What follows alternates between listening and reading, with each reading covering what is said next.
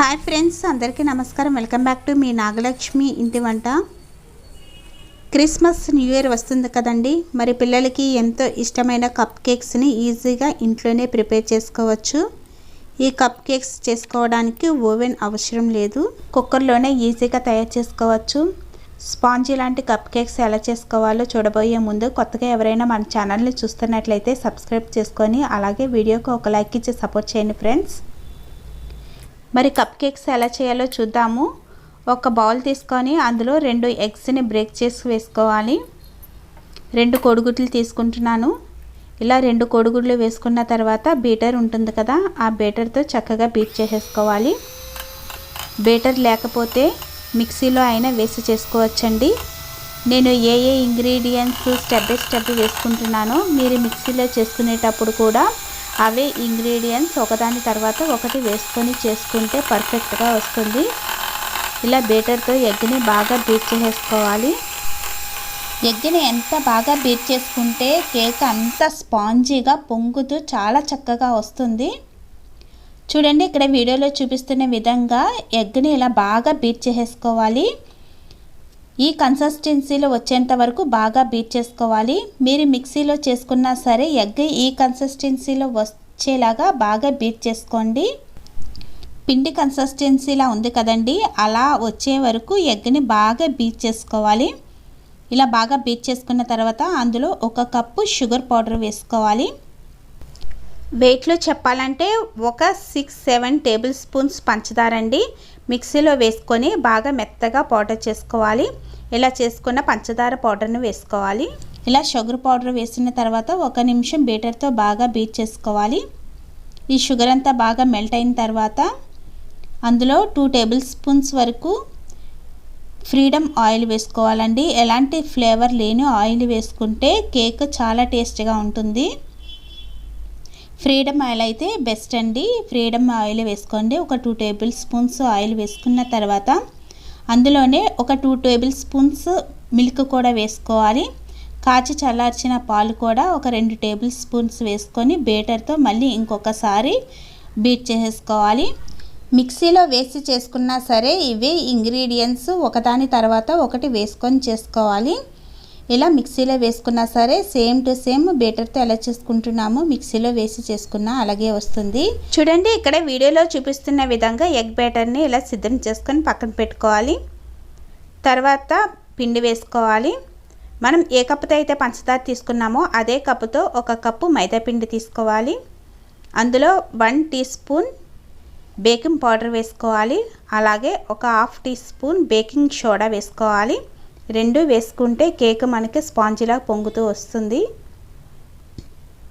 ఇలా వేసుకున్న తర్వాత గరిటెతో ఒకసారి బాగా కలుపుకోండి. పిండిలో కలిసే విధంగా గరిటెతో బాగా కలుపుకున్న తర్వాత ఈ పిండిని ఎగ్ బ్యాటర్లో వేసుకొని బాగా కలుపుకోవాలి. ఇలా పిండి వేసుకున్న తర్వాత గరిటెతో కలుపుకుంటున్నాను. ఒకే వేలో కలుపుకోవాలండి. రైట్ లెఫ్ట్ కలపకూడదు. రైట్ అనుకుంటే రైట్లోనే కలపాలి. చూడండి, ఇక్కడ వీడియోలో చూపిస్తున్న విధంగా ఒకే వేలో కలుపుకోవాలి. ఇలా రైట్లో కలుపుకుంటున్నాను. ఇలా రైట్లోనే కలుపుకోవాలండి. మళ్ళీ లెఫ్ట్కి గరిటెని తీసుకురాకూడదు. అలా కలుపుకుంటే కేక్ అనేది పొంగదు. ఇలా రైట్లోనే బాగా కలుపుకోవాలి. మీరు మిక్సీలో వేసి చేసుకున్నట్లయితే ఎగ్ బ్యాటర్ రెడీ అయిన తర్వాత ఒక బౌల్లోకి తీసుకున్న తర్వాత పిండి వేసి కలుపుకోవాలి. చూడండి, ఇలా బాగా కలుపుకున్న తర్వాత అందులో 1 టేబుల్ స్పూన్ వెనిలా ఎసెన్స్ వేసుకోవాలి. వెనిలా ఎసెన్స్ లేకపోతే యాలక్కాయల పొడి అయినా వేసుకోవచ్చు. ఇలా వేసుకున్న తర్వాత గరిటెతో బాగా కలుపుకోవాలి. పిండి చూసారా, దోశ కన్సిస్టెన్సీలో ఉండాలండి. ఈ విధంగా ఉంటే మనకు కేక్ పర్ఫెక్ట్గా వస్తుంది. ఒకవేళ గట్టిగా ఉన్నట్లయితే చల్లారిన పాలును పోసుకొని కలుపుకోవాలి. ఇలా సిద్ధం చేసుకున్న బ్యాటర్ని పక్కన పెట్టుకోవాలి. తర్వాత కప్స్ తీసుకోవాలండి. టీ కప్స్ అయితే తీసుకున్నాను. ఇలా టీ కప్స్కి ఆయిల్ అప్లై చేసేసుకోవాలి. పిండి అంటుకోకుండా ఆయిల్ను బాగా అప్లై చేసుకోవాలి. ఇలా కప్పులకు ఆయిల్ అప్లై చేసుకున్న తర్వాత పొడి మైదా పిండి కొంచెం జల్లుకోవాలి. టీ కప్పులకు ఆయిల్ అప్లై చేసి కొంచెం పొడి పిండి వేసుకోవాలి. ఇలా చేసుకోవడం వల్ల కేకు కప్పులకు అంటుకోకుండా చాలా ఈజీగా వస్తుంది. ఇలా చేసిన తర్వాత మనం ముందుగా చేసుకున్న కేక్ బ్యాటర్ ఉంది కదా, ఈ బ్యాటర్ని కప్పులో వేసుకోవాలి. కప్పుకు ఫుల్గా వేయొద్దండి, పైకి పొంగుతూ వస్తుంది కాబట్టి కప్పుకు ఫుల్గా వేయకూడదు. ఇలా హాఫ్ వేసుకోవాలి. ఇక్కడ వీడియోలో చూపిస్తున్న విధంగా ఇలా హాఫ్ వేసుకున్న తర్వాత ఇలా చేతితో ఒకసారి 2 సార్లు ట్యాప్ చేయండి. ఇలా ట్యాప్ చేయడం వల్ల ఎయిర్ హోల్స్ ఏమన్నా ఉంటే పోతాయి. తర్వాత ట్రూటీ ఫ్రూటీలు ఉంటాయి కదండి, ఇలా ట్రూటీ ఫ్రూటీలను వేసుకోవాలి. రెడ్ అండ్ గ్రీన్ కలర్లో ఉన్న ట్రూటీ ఫ్రూటీలను పైన వేసుకున్నాను. ఇలా వేసుకొని సిద్ధం చేసుకున్న తర్వాత వీటిని కుక్కర్లో పెట్టుకుందాము. ఇలా స్టవ్ మీద కుక్కర్ని తీసుకొని ముందు హై ఫ్లేమ్లో కుక్కర్ను ఒక 10 నిమిషాలు హీట్ చేసుకోవాలి. ఇలా 10 నిమిషాలు కుక్కర్ను హీట్ చేసుకున్న తర్వాత ఫ్లేమ్ను సిమ్లో పెట్టుకోవాలి.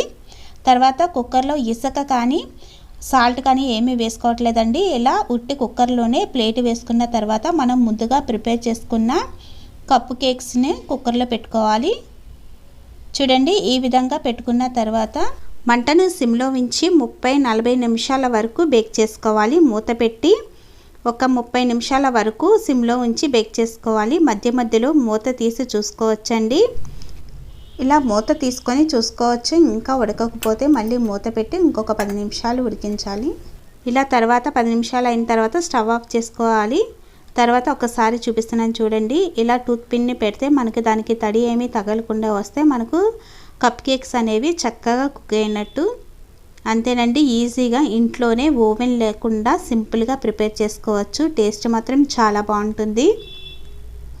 మరి ఈ క్రిస్మస్కి న్యూ ఇయర్కి ఈ కప్ కేక్స్ని మీరు కూడా ట్రై చేసి ఎలా వచ్చిందో కామెంట్లో తెలపండి. అలాగే కొత్తగా మన ఛానల్ని ఎవరైనా చూస్తున్నట్లయితే సబ్స్క్రైబ్ చేసుకొని వీడియోకి ఒక లైక్ ఇచ్చి సపోర్ట్ చేయండి ఫ్రెండ్స్. అలాగే మీ ఫ్రెండ్స్కి రిలేటివ్స్ కూడా షేర్ చేయండి. Thank you for watching.